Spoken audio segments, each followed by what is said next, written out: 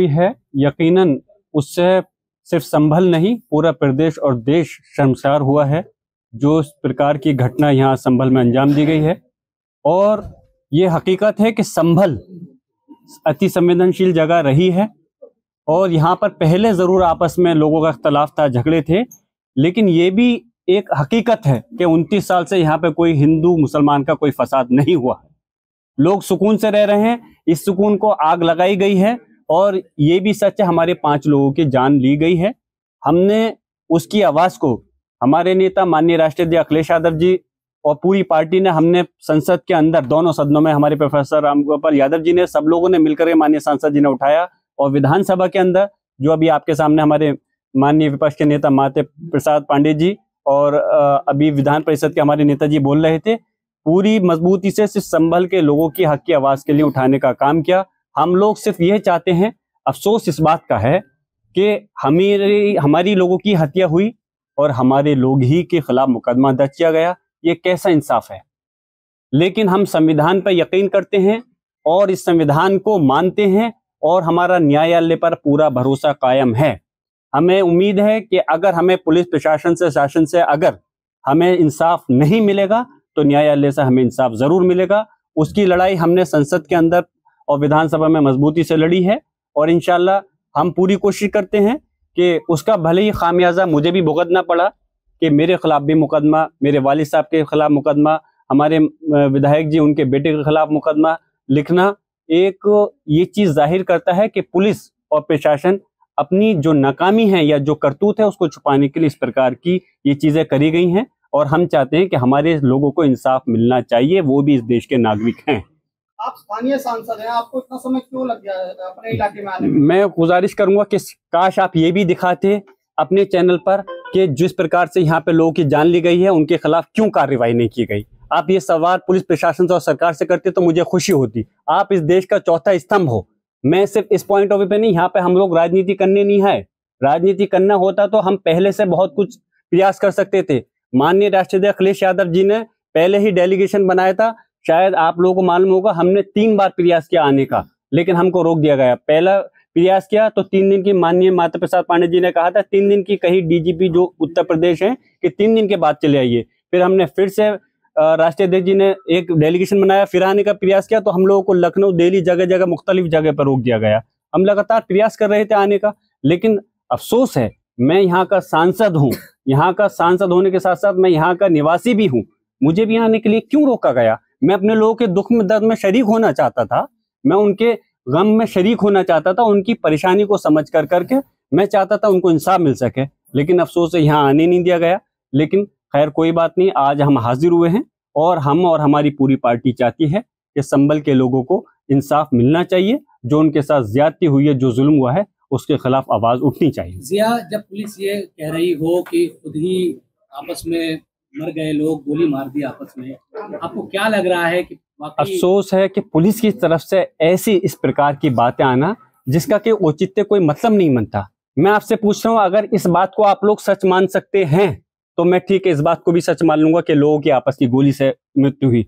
अगर मैं कहूं कि पुलिस के 2 थानों के बीच में आपस में लड़ाई चल रही थी किसी चीज को लेकर के, उनकी गोली हमारे लोगों को लग गई, तो अगर आप इसको सच मान सकते हैं तो उसको भी मान लीजिए। कोई औचित्य नहीं, जिसका हाथ पांव नहीं, इस प्रकार की अनावश्यक बात करना। और ऐसी पुलिस प्रशासन, बहुत अफसोस की बात है। और मैं कह रहा हूं, मुझे ये बताइए कि पुलिस प्रशासन ने यहाँ पर हमारे लोगों के हाथ में पत्थर तो दिखाए कि जो पत्थर चला रहे हैं, क्या एक भी व्यक्ति के हाथ में ये दिखाया किसी के हाथ में कोई असला था?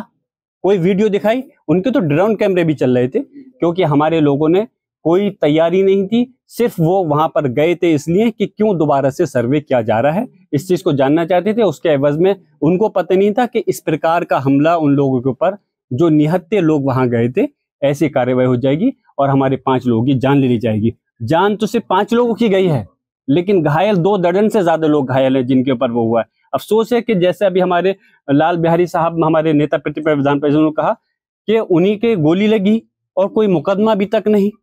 कैसे हम लोग कह रहे हैं, जो लोग मुलजिम हैं, जिनके हम उंगली उठा रहे हैं कि उन्होंने गोली चलाई है, हम कैसे उम्मीद करें कि हमें इंसाफ मिलेगा? लेकिन हम फिर से मैं कहता हूं, हमें इस देश के संविधान पर, न्यायालयों पर भरोसा है, हमें उम्मीद है कोर्ट से इंसाफ हमें जरूर मिलेगा। चोरी की भी FIR है, हिंसा को लेकर भी FIR है। कल को ये भी कह सकते हैं कि पुलिस का डंडा खो गया तो उन्होंने सांसद जी ने चुरा लिया। कल को ये भी कह सकते हैं कि क्या कहते हैं मीडिया का कोई कैमरा चोरी हो गया तो सांसद जी ने चुरा लिया। इन लोगों से कोई भी ये सिर्फ और सिर्फ इस प्रकार के जो काम कर रहे हैं अपनी नाकामी को छुपाने के लिए इस टाइप की चीजों कर रहे हैं। अफसोस है, मैं पूछना चाहता हूं, मैं यहाँ का नागरिक होने के साथ से सांसद हूँ, इस जनता का प्रतिनिधि हूँ।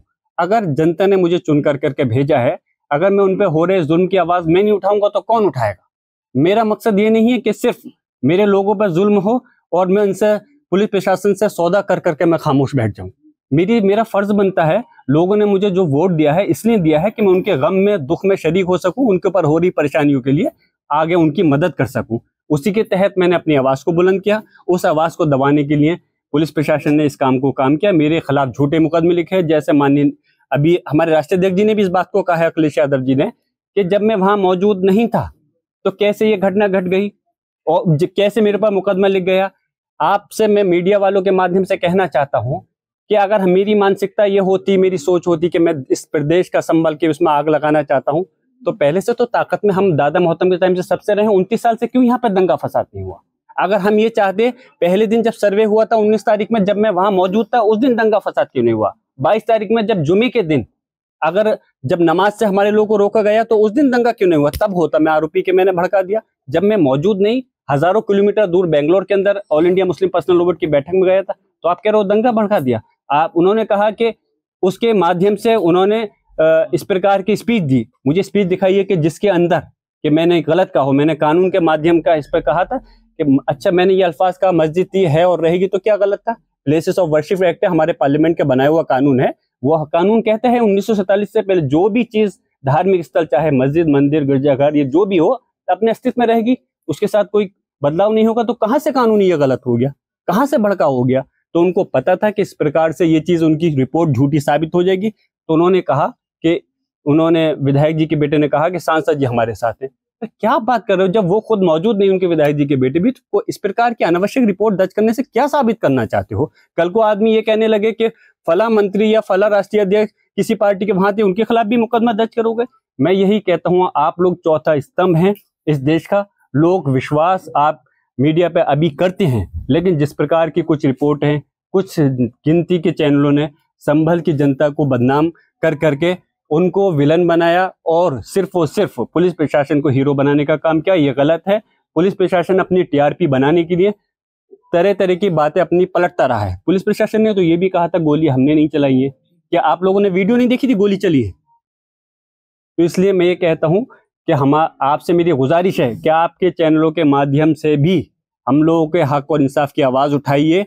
आप भी ये मत सोचिए सिर्फ मीडिया के लोग हैं, आप भी नागरिक हैं, आप भी किसी न किसी परिवार से जुड़े हुए हैं। और मीडिया के लोगों के साथ में कितनी ज्यादती हुई है, राष्ट्रीय अध्यक्ष जी ने कहा, आप लोग भी तो वाकिफ हैं।